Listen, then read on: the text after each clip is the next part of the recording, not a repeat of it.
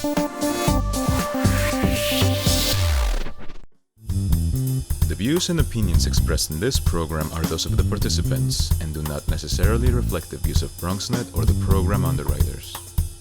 Hi, and welcome to Open BX RX Tuesday on BronxNet, a weekly program providing you the latest information, resources, services, and community efforts taking place locally here in the Bronx and virtually. I'm your host, Kim Aline. Coming up, a closer look at Omicron, the latest COVID-19 variant that's made its way to New York. Are these variants more contagious than the original virus? Then a conversation with the Bronx's first Black and female borough president-elect, Vanessa Gibson. Is 2021 the year we see the landscape of politics finally change for women? After that, the island of Barbados recently removed Queen Elizabeth II as head of state and inaugurated the island's first president. Will they no longer receive support from a powerful nation like Britain? And last year, Amazon faced criticism for firing employees after they protested against unsafe working conditions. Now, Attorney General Letitia James is stepping in. Will this finally resolve issues Amazon is having in the warehouses? So please stick around. Open BX RX Tuesday starts now.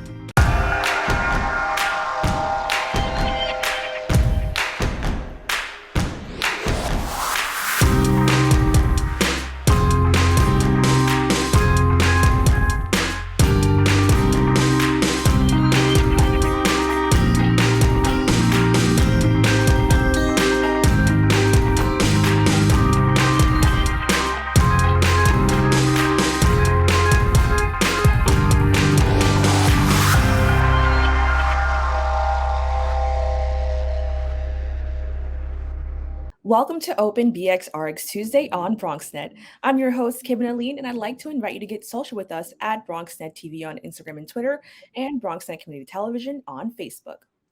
First identified in South Africa, the COVID Omicron variant is quickly making its way around the globe.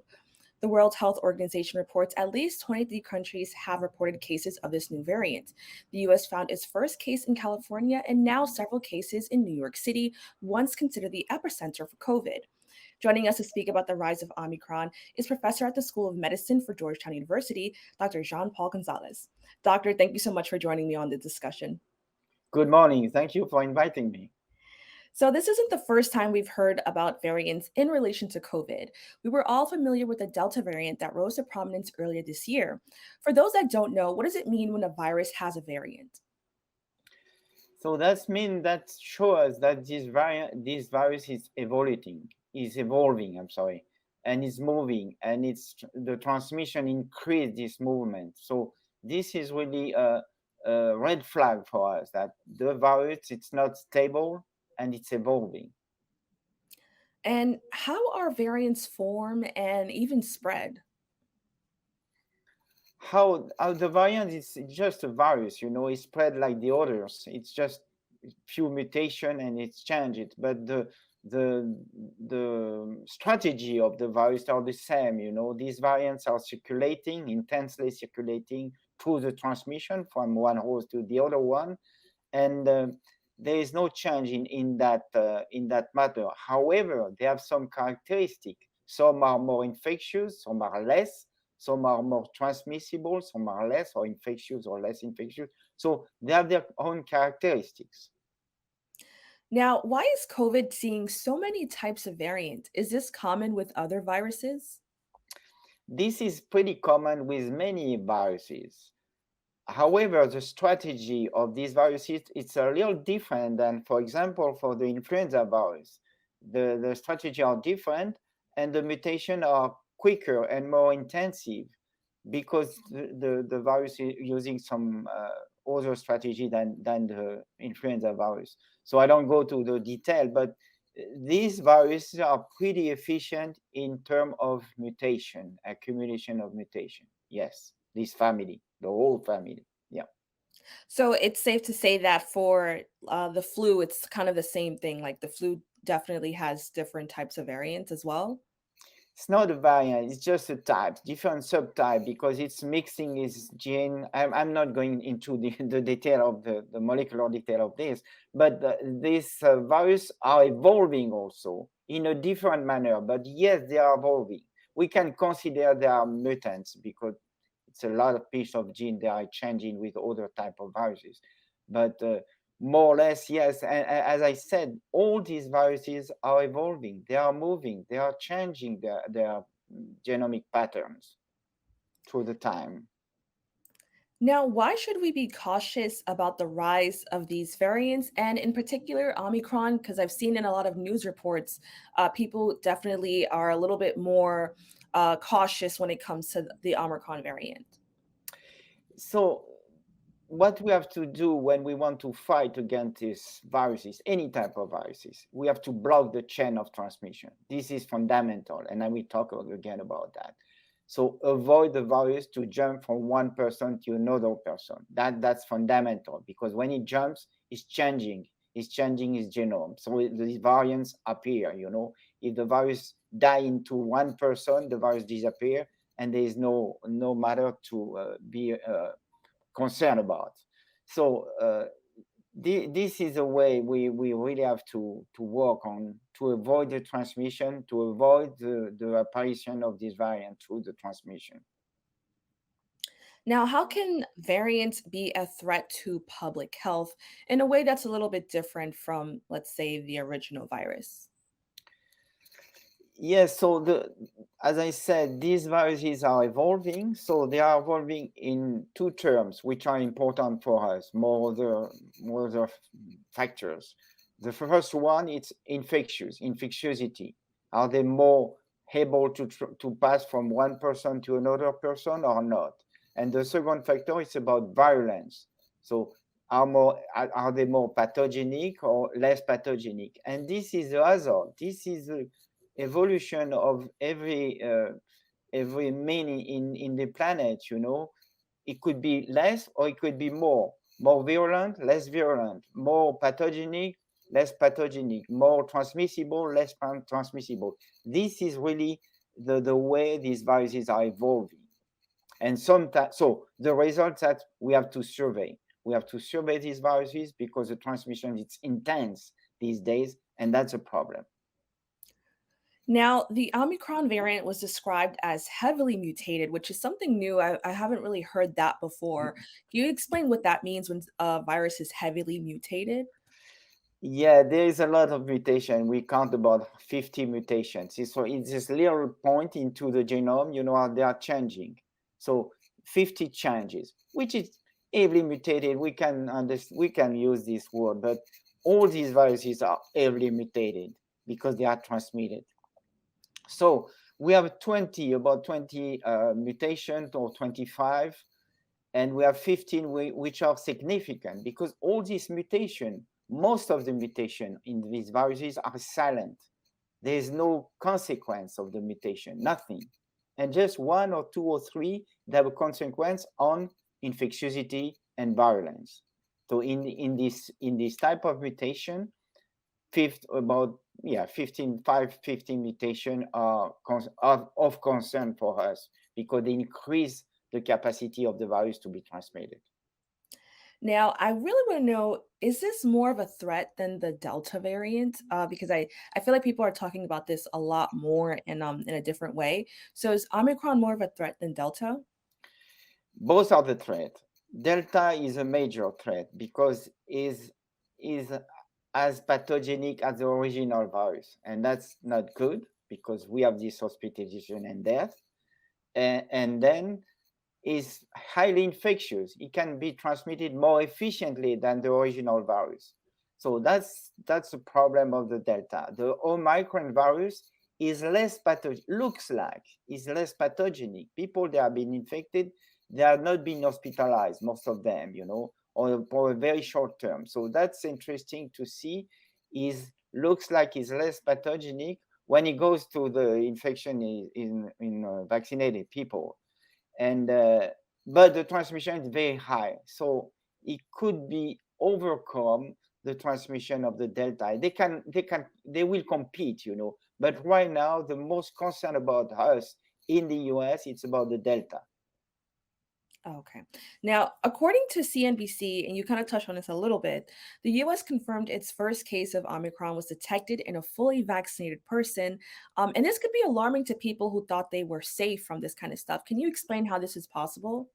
Yeah, this is possible. We know that for years, that the vaccine it's not 100% efficacy. This is when I read this is a nonsense. There is no vaccine 100% efficacy because the reason is, first of all, how the vaccine has been provided could be a bad lot, or could be a high temperature or something which destroyed or inactivate the vaccine. So that's accidental. And then the immune response of the individual are different. Some individuals are responding very quickly and very rapidly and efficiently to the vaccine, producing antibody against the virus, and some people no. So this. So this means that it's depending on the person, and depending on the quality of the virus that has been injected in a specific environment. So this is a general concept of all these vaccines. Now we have this problem with these people vaccinated with different vaccine against SARS-2, and they got infected with this new Omicron virus. So yes, they were infected, but they have a very, very mild infection. And this is very important in terms of public health. This person already, and this is in South Africa and different countries already among these 20 countries and poor, most of these people vaccinated, infected with Omicron virus, develop a very mild infection, like influenza-like type, just running nose and coughing a little bit in 2 or 3 days, and that's it. So the vaccine they are used now are efficient against this Omicron virus. So, the chief medical advisor for the White House, Anthony Fauci, says we have to prepare for the possibility that immune protection from vaccines and recovery from COVID may be diminished against Omicron. What are your thoughts on that? Yeah, that's another concept. What I just said, it's about the vaccine protect most of these SARS-derived variants. Okay, now by the time it looks like the response, our response to the vaccine, it's decreasing. So this is a problem. This is what we decide to include a booster to boost the vaccine, to boost the immune response to the people. So now we don't know. After 1 year, after 2 years, after 5 years, we don't know how this immune response will be efficient about the coronavirus. So that's what we are racing with the time. This Omicron virus can be more efficient to infect the people, vaccinated people, because the vaccine doesn't last for how long we would like to. Okay, so after 6 months, after 10 months, after 2 years, we don't know if the vaccine will be so efficient. So that's why we are putting this booster vaccine on. But we know that it's not new, it's something we knew about many of the vaccines. There's very few vaccines that are a lifetime protecting. All right, Dr. Gonzalez, thank you so much for joining me and sharing some of your knowledge on this. I know it can be a little bit confusing for people who don't know, so I really appreciate you taking the time to speak with me. Can you just let people know how they can keep in contact with you? Yeah, they can communicate with me through my email. And this is the email, yeah, and it's pretty simple. Yeah, they can keep in touch with me anytime. I'm available. Any questions? All right, wonderful. We'll be right back with more Open BXRX Tuesday. We know that people are dealing with the health crisis, but there's also a lot of food insecurity. We're giving out healthy food options, and that's what's key here. If you're a senior, you have a disability, they'll actually deliver meals to you. The residents are anxious, they're worried, they're scared, they want to be tested. When things were happening in our community and we couldn't get the help. There's almost a presumption of criminality that attaches to your skin color. The site will prioritize those who are at highest risk in the population. If you feel symptoms and you'd like to visit one of these COVID-19 testing sites here in the Bronx, you may call the State Health Department's hotline. Important to note about this site is no reservations are needed. This is a walk-in clinic. A lot of us are out of work and looking for something to do. We have the machinery and the skills to make large scales of these masks and gowns. Take care of your people. It's going to go way further than we actually can understand. Right now, employees like myself are just adjusting to the new reality. Reporting from BronxNet, this is Trans. We built a media network for you. BronxNet TV. Come learn in your new state-of-the-art studios at Lehman College. At Mercy College. And coming soon to the South Bronx in the Hub. Inspire with your stories, culture, history. Your Bronx on BronxNet. Engage with us. Connect with us at your channels and at bronxnet.tv. Learn, engage, inspire. BronxNet TV. From the Bronx to the world. BronxNet.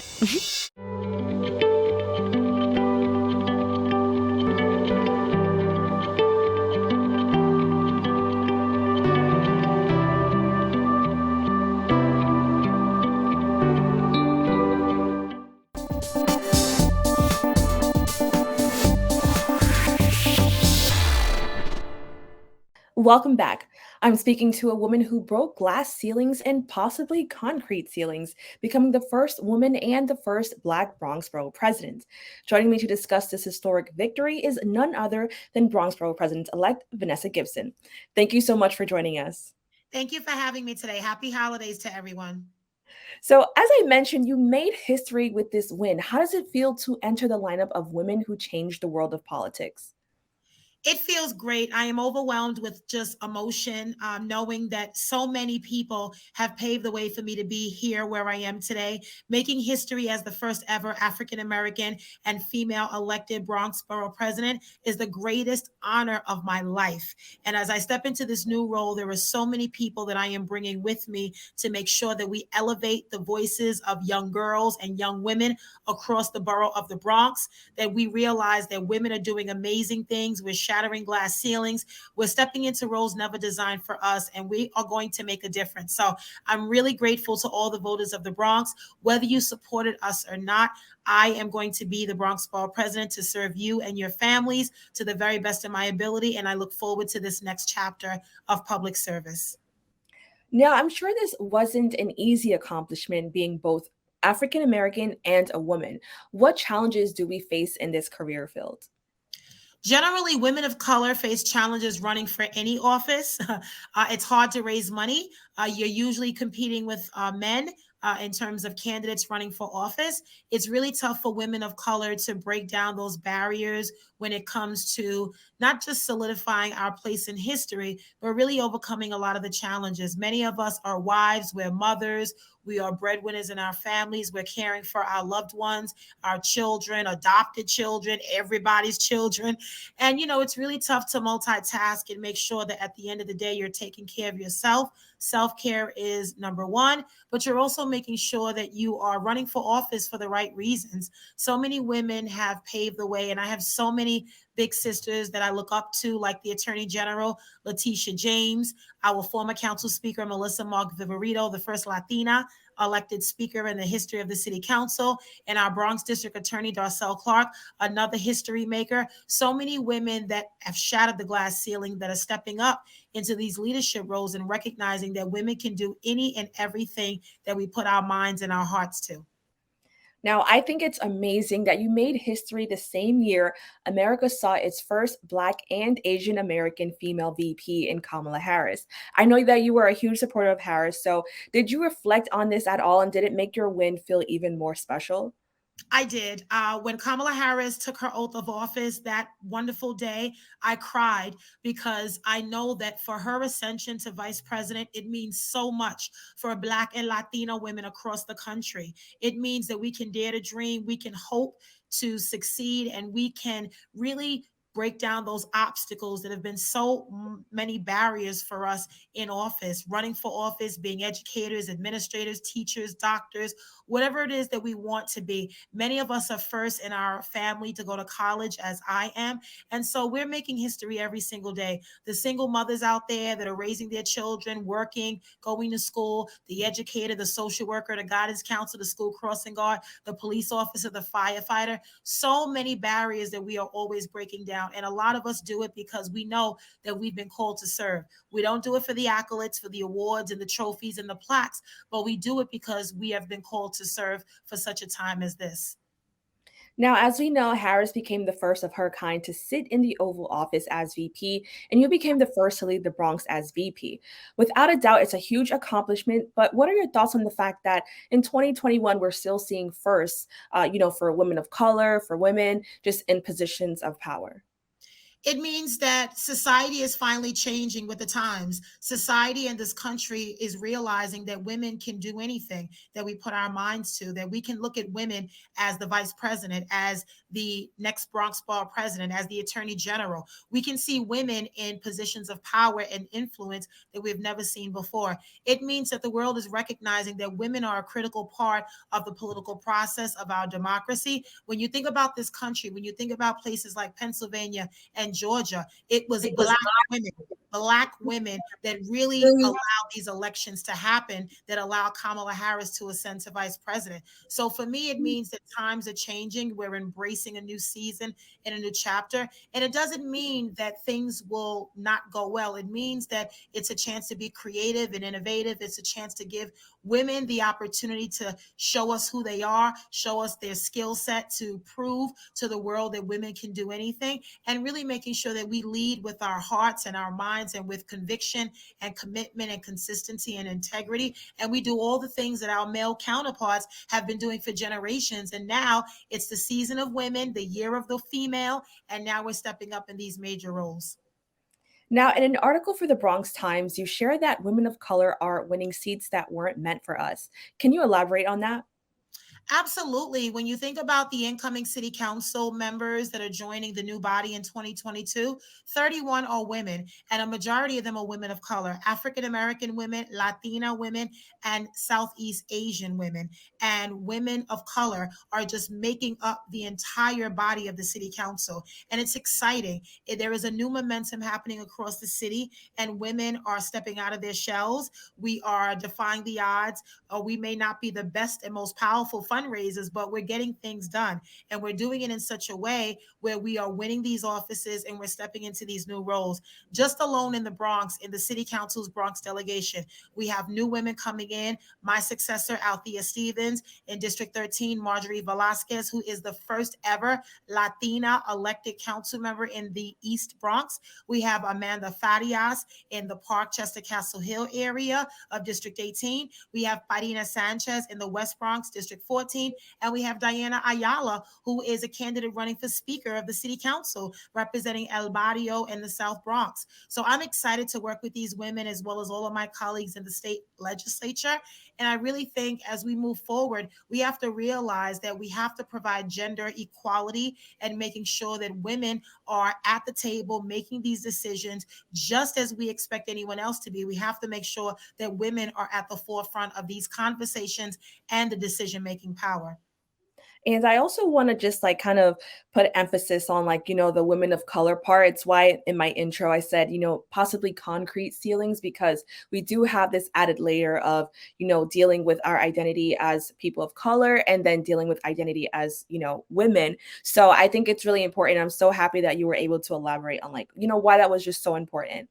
Prior to this win, you've been a strong advocate for women of all walks of life. And we've seen this through your work that you've done as a council member and your work on the New York City Council Women's Caucus. Can you tell us about that experience? Absolutely. Well, it's been an honor to be in the council for 8 years. I thank the residents and voters of District 16 for their love and support and voter confidence. And for the last 2 years, I've had the honor of joining my co-chair, Farrah Lewis of Brooklyn, in serving as co-chair of the Women's Caucus. We started with 12 members and now we're up to 15. And although we are a 15, we represent women's issues. We represent issues around gender parity and pay equity and maternal mortality and maternal morbidity and infant mortality, and so many issues that predominantly plague women and women of color. Making sure that we address reproductive health care and healthcare justice so that women of color are not more likely to die during childbirth because of disparate health care, that women are paid the same amount as their male counterparts for equal work. We have equal pay day for Latinas, for Asian Americans, and for Black women, because all of the women are not paid the same amount as their male counterparts for doing the same work with the same occupation and the same level of skill. And so as the co-chair of the Women's Caucus, we've championed these issues. We've joined our colleagues in addressing issues within the NYPD Special Victims Unit, focusing on victims of domestic violence and gender-based violence and elder abuse and intimate partner violence. We've added more money for domestic violence services and gender-based programs. We've supported LGBTQIA+ communities and transgender women. We are working with the Department of Corrections because we know that female corrections officers are under attack on Rikers Island and in our city jails. So we have been advocates standing up for women, for equality, because we know that when you stand up for women, you're standing up for children as well. Every issue is a woman's issue. Every issue affects women in a different way. And as women in the body of the city council, we not only want to be the advocates, but we want to be the champions for women so that our young girls can grow up in a society that is free of racism and discrimination and misogyny and just so many efforts that undermine women. We want our young girls to grow up in a community that loves them, that supports them, that embraces them, that empowers them, where they don't have to deal with the challenges that many of us have faced today. Now, I think it's important to note, while your dedication to the Bronx deserved this outcome, and I fully believe that, it could not be done without support. The Bronx was ready to see change and voted in our first Black and female VP. Can you tell us your thoughts on that? And in what ways do you hope to continue to see our borough change? I definitely want to lead the borough as the next Bronx Borough President with commitment, consistency, and integrity and honesty. I want to build collaborations and coalitions across the borough of the Bronx. I want to have public and private partnerships, and I want to think outside of the box. We have to look at a lot of the issues like homelessness, poverty, gun violence, and so many issues around domestic violence and gender-based violence. We have to look at it from a holistic perspective. We cannot think that government is going to save us, but we have to be the ones to save ourselves. We have to believe that we deserve better as Bronx residents and families, whether you are a tenant, a homeowner, a shareholder, whether you live in a co-op, Mitchell-Lama, public housing. You deserve to live in a borough that is safe, that is free of violence, good schools, clean parks, and clean streets. No matter where you live, no matter where you work, you deserve that as a Bronx resident. And it is my belief and my priority to work every day with my team and I to get the job done and to work with our mayor-elect, Eric Adams, and his team, and all of my colleagues and all of our stakeholders. We're going to form public-private partnerships and working groups with labor unions and trades. We're going to build economic wealth and power and invest in our children and our families, because when you invest in our children, you invest in their future. And our children are the future. They are the pathway to success, and we are going to make a difference in the borough of the Bronx. Thank you so much for taking the time to speak with me about this. I really appreciate it. Can you just let everybody know where they can keep up with you? Sure. So my Facebook, Twitter, Instagram is all Vanessa L. Gibson. My Instagram is Miss Vanessa 77. I believe my Twitter is Vanessa L. Gibson, but my campaign website is GibsonBP2021.com. My transition website is GibsonBPTransition.com, where we are receiving resumes for interested applicants that want to join the office of the Bronx Borough President. But you can look me up. We are anxious about getting the job done and starting to work on day one as we transition out of the city council. Thank you to the residents of District 16. May God bless you all. Thank you for your support. Thank you for this incredible journey. And I wish you and your families a very happy holiday season. Happy Hanukkah, Merry Christmas, Happy Kwanzaa, and best wishes for a wonderful and prosperous 2022. God bless you all. All right, thank you. That was wonderful. We'll be right back with more Open BXRX Tuesday.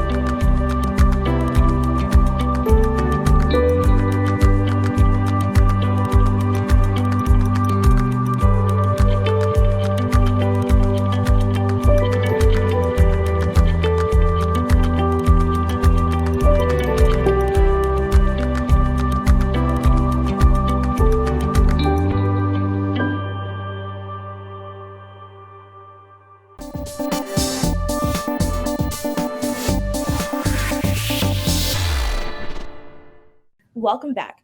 One tiny Caribbean nation took a huge step towards gaining full independence and ended over 300 years of British rule.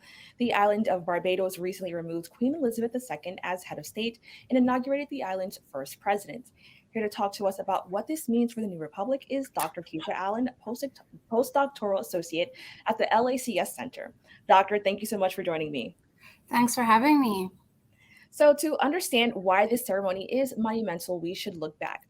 Over 390 years of British rule means Barbados, as with many other countries, were slaves as a result of colonization. We'll now turn to a clip of Prince Charles addressing this. From the darkest days of our past and the appalling atrocity of slavery, which forever stains our history, the people of this island forged their path with extraordinary fortitude. Emancipation, self-government, and independence were your waypoints.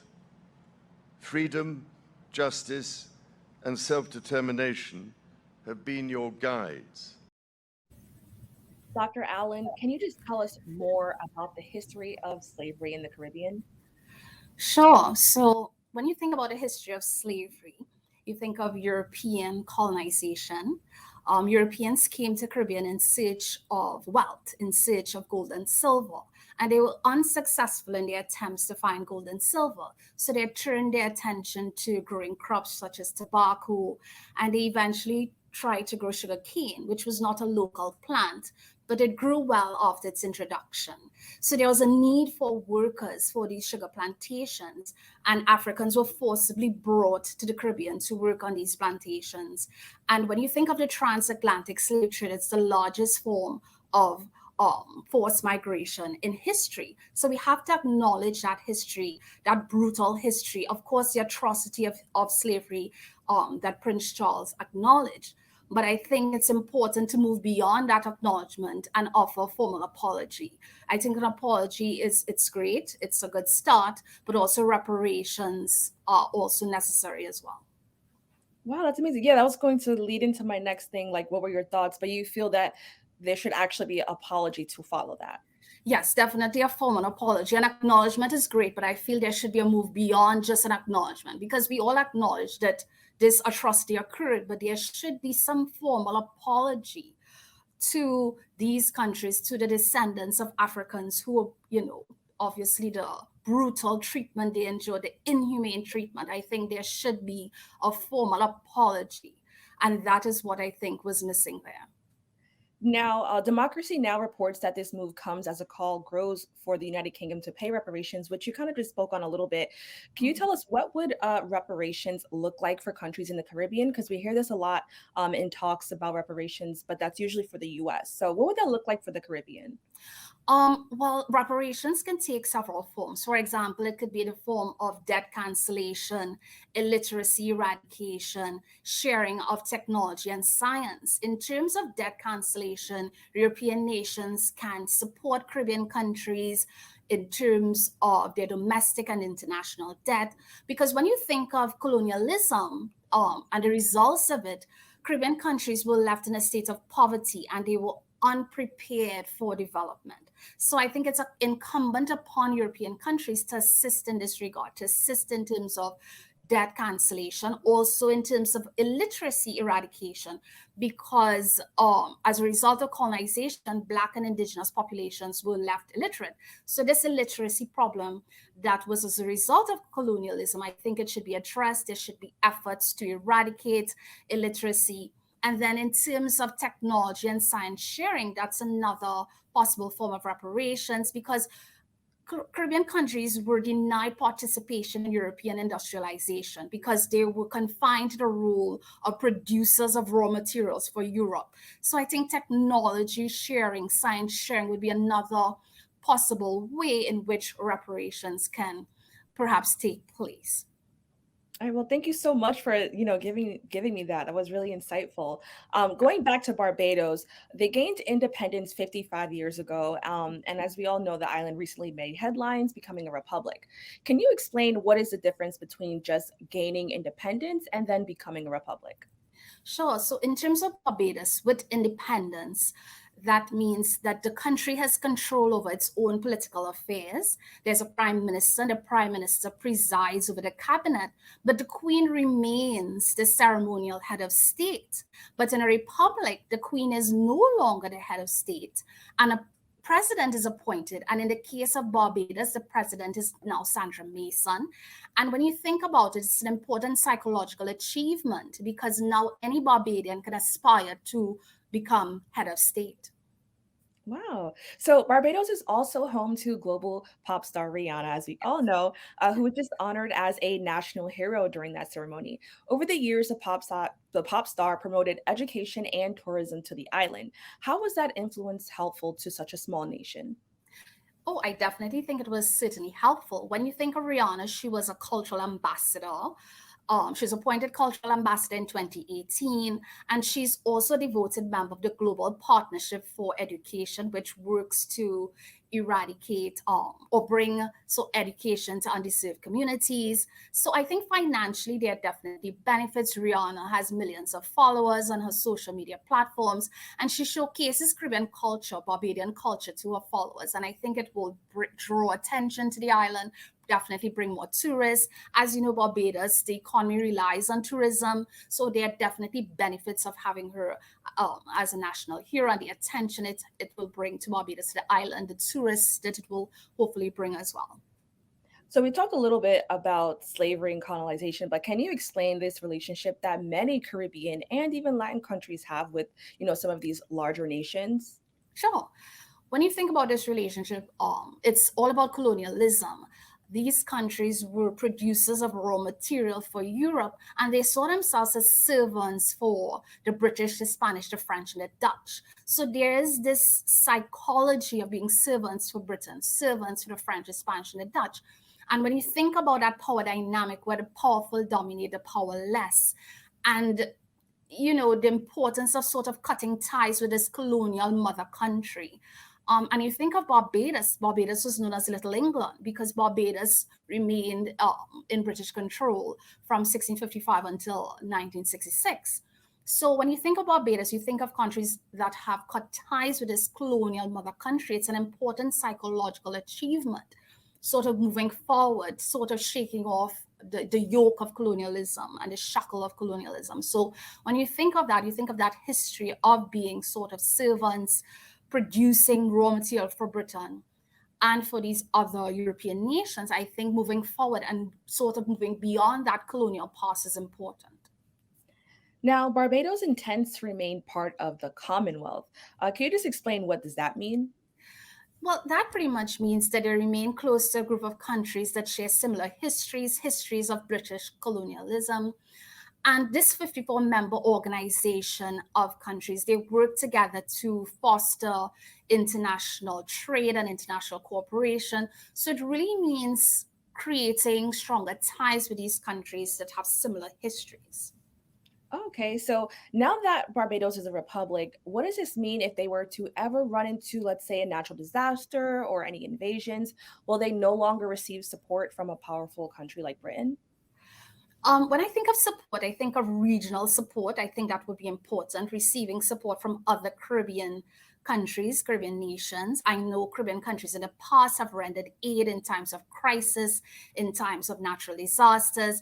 And I think they may form stronger bonds with Caribbean, Latin American nations so that they can look to themselves for aid rather than looking to the imperial countries for aid. So I think it's important to foster stronger ties within the region, and the region should work together to support each other in times of crisis.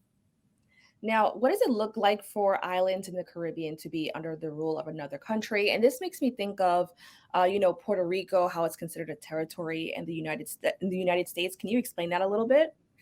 Right. Well, Puerto Rico was first a colony of Spain, and then the U.S. took possession of Puerto Rico in 1898 in the Spanish-American War. And since 1917, Puerto Ricans have been American citizens. But when you think of Puerto Rico in particular, Puerto Rico is a political paradox because it is American, but yet it's distinct from America. They don't enjoy the full benefits of citizenship, and then there isn't full representation. So there is this paradox there that's very particular to Puerto Rico that I think must be highlighted, that political paradox and that sort of space of being American, but yet being Caribbean, this liminal space, I would say, and also the fact that there isn't full representation that makes Puerto Rico stand out as a bit different from other Caribbean countries. Thank you so much. So, Australia, Canada, Jamaica, New Zealand, and Papua New Guinea are among the nations that still call the Queen their head of state. What would it mean for Britain if these countries gained their full independence? Well, I think it would mean for Britain that they will lose their political influence, their political clout, because the Queen will no longer be the ceremonial head of state. But I think it's important to really look at what it would mean for these countries as well, the psychological achievement and the fact that they will be cutting ties with this colonial mother country. So I think for Britain, of course, definitely not having the Queen as a head of state, politically that influence is lost. But for these countries as well, it's an important achievement. It's moving forward, moving beyond the colonial past. Doctor, thank you so much for joining me. I really learned a lot today. Can you tell people where they can just keep in contact with you or your center? Sure. So we are the Latin American and Caribbean Studies Center. So you can reach us on Twitter, on Facebook, on our social media platforms. And also you can email me directly, kallen1@umd.edu. So it really has been a pleasure to share my thoughts on this really amazing day for the Caribbean, in particular for Barbados, following the legacy of countries like Trinidad and Tobago and Guyana and Dominica. So it's great to be here with you all, and thanks for inviting me. And I look forward to future discussions. All right. Thank you. We'll be right back with more Open BXRX Tuesday.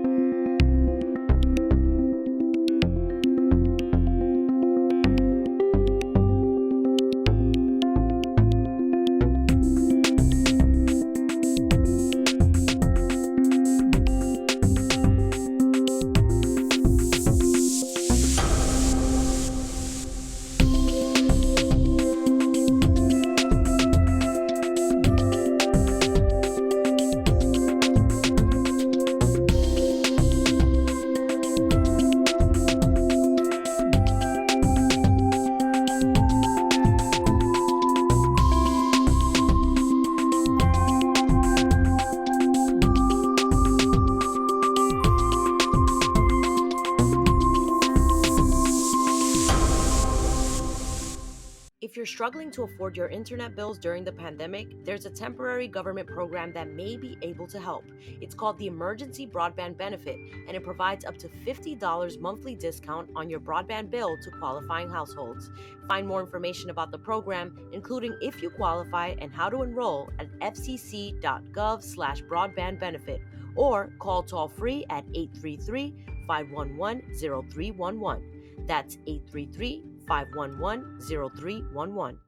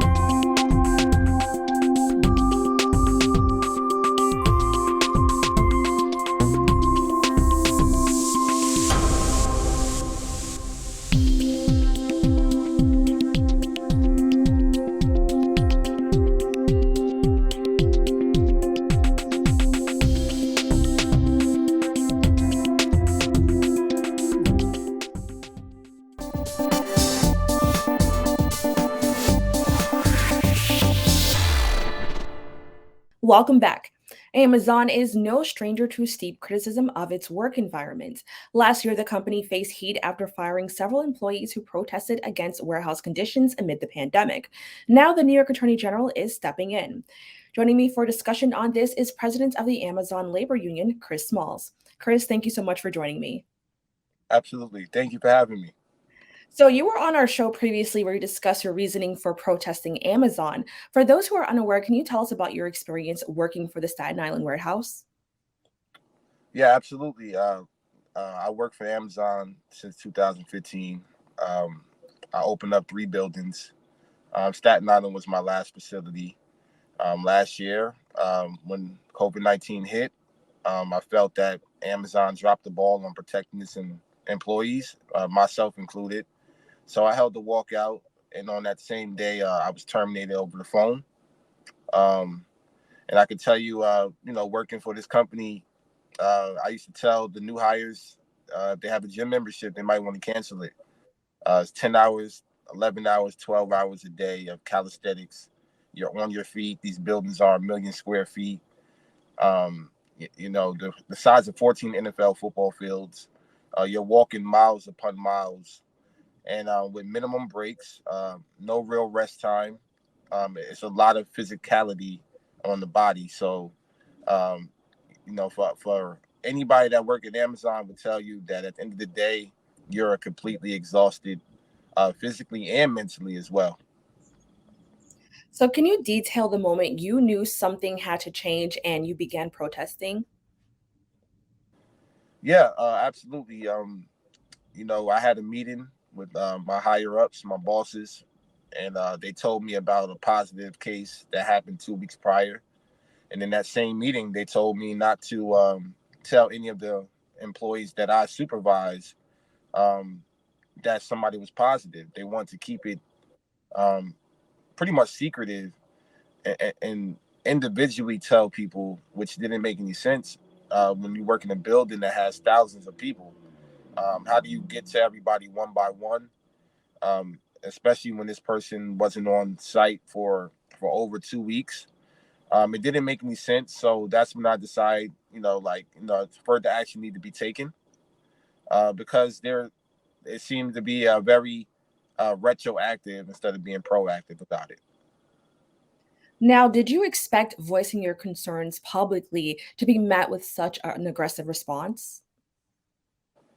Absolutely not. I just thought, a $1 trillion company, they have money and resources to do whatever they need to do. And as a worker of 5 years almost, I thought that, maybe they would just listen and do the right thing, which would be very minor to them. But unfortunately, that wasn't the case. They felt the need to use disciplinary action instead. So I want to state again that this was last year, kind of like during the height of the pandemic. So of course, I understand it was like added stress with that. But now your story has reached the Attorney General, Letitia James. And James is now seeking a court order to require Amazon to appoint a monitor to oversee health and safety measures at its warehouse. What are your thoughts on this? That's excellent. Shout out to Letitia James. I've been working with their office ever since. And I'm happy to see that, she hasn't backed down from her promise in investigating Amazon and holding them accountable. This is exactly what we need to do, not just here in New York, but probably nationwide as well. So I'm hoping that this lawsuit will be the catalyst for that. There definitely need to be some type of precautions when it comes to Amazon because they're still continuing to operate business as usual and workers are still working in fear. So I can tell you from being there every day on the ground that this is still very much the middle of the pandemic. Now, I think these are good intentions, but do you at all think that this will solve the issues Amazon is having? Well, no, I don't think it'll be the complete resolution. I think it's definitely a small, maybe even bigger than small, but definitely a fraction that'll help get towards that resolution. when it comes to health and safety. You know, COVID-19 is just one aspect of it, but there's different intangibles that entitles when you're working at Amazon that definitely need to be looked into as well, as far as productivity, as far as their medical leave options, how they accommodate pregnant women, you know, how they accommodate anybody with underlying health conditions. That all need to be addressed as well. Okay, so would you say like this was kind of an issue or a concern prior to the pandemic? Yeah, I believe you know, COVID-19 was just a life or death situation. But these issues with Amazon, they go back years. Um, but what happened in the middle of the pandemic, with myself and other activists, what you saw was, you know, the world kind of stopped for a moment with all the uprisings and protests, and the labor movement really took advantage of that. And now you're seeing everything under a microscope. So these problems been around, but now everything's under a microscope, and this is our opportunity to change that. So that's exactly what we're trying to do here in Staten Island. Now, the Attorney General also asked the company to give you your position back. Reflecting on your experience with the company, can you explain whether or not this is something that you would actually want? Yeah, I'm 100% on that, and it's not because I want my job back. You know, it's only because I want to organize from within. That's a no-brainer. You know, right now we've been organizing a union, independent union, for the last 7 months outside of my former facility, and I'm on the outside. As you can see, I'm in my office right now. This is our setup behind me. You know, we set up this tent with equipment every single day. I'm on my way out to Staten Island to do that, and you know, this is something that I do on the outside. But if I can be on the inside, connecting with workers, especially as a supervisor, that'll help us with our efforts. So that's the only reason why I definitely would love to have my job back. Now, as I mentioned earlier, this is not new for Amazon. The company is known for the mistreatment of their workers. How does it feel to see that more Amazon employees, just even across the country, have been speaking out about what they've been enduring while working at Amazon? Well, that's what it's going to take. You know, it's going to take collective action, and you know, nationwide, even worldwide. I'm calling out Amazon that has the stakes in, you know, all these different countries, and especially here in the United States, they have the stakes everywhere. You know, every major city you can think of, they affect our communities. So uh, we realizing that we all have the same, you know, the same issues. We're raising the same concerns, and all of our messages are aligning. So to see workers speak out now and have the courage to speak out, that's also the basis of this lawsuit that she filed. The fact that they fired somebody who spoke out, it left such a chilling effect on workers to do so. This is trying to reverse that process, letting workers know that you have the right to use your rights, and don't be afraid to use your rights, and that there's protections if the company does retaliate against you. Now, I love that you brought that up because that kind of leads into my next question just about, Amazon gives a different reason for firing you, but many view the decision as retaliation and intimidation. We see a year and a half later, you still have the courage to speak up. What gives you that drive to continue fighting for what you believe is right? Well, it's the workers. You know, the workers contacted me ever since I was fired, and you know, workers. I've been organizing with workers the entire time, especially after the smear campaign that they attempted on me. You know, Jeff Bezos himself sat in a meeting with his top general counsel, discussing, you know, calling me not smart or articulate. Ironically, to make me the whole face of the unionizing efforts against Amazon. And I said, okay, that's a good idea. And that's exactly what I've been doing, you know, just organizing with workers. And you know, the motivation is that, you know, I don't see myself walking away from this anytime soon, because if I did that, you know, I would be doing disservice to people that I spoke up for, and I believe that the fight is just the beginning. So I want to make sure I see through. It's an Amazon principle, to be honest. See it, own it, and fix it. So I saw the issues last year. I owned up to it. And now I'm just trying to fix it and see it through. Now, previously you mentioned working for, you're concerned working for a company that doesn't care about people. And I feel like this is just a reality that many of us have to deal with. What have you learned from facing this challenge? Yeah, I always think about that as well, working for an employer that you don't want to really work for, but this is your basic, your main income. They always tell people, like, if you don't like your job, quit, and that's the issue. We're used to doing that. We can quit, find another job, but if we continue doing that, nothing gets changed. The system continues to operate as it has for the last couple of decades. So instead of doing that, I'm suggesting that we organize. Instead of quitting your job, organize it. So that's what we're doing now. We're not quitting. We're not, backing down. We're not just complying with just having a job. We're saying as essential workers, it's time to be treated as essential workers. And it's time to organize and unionize or form some type of workers collective to protect yourself and your employees, your coworkers.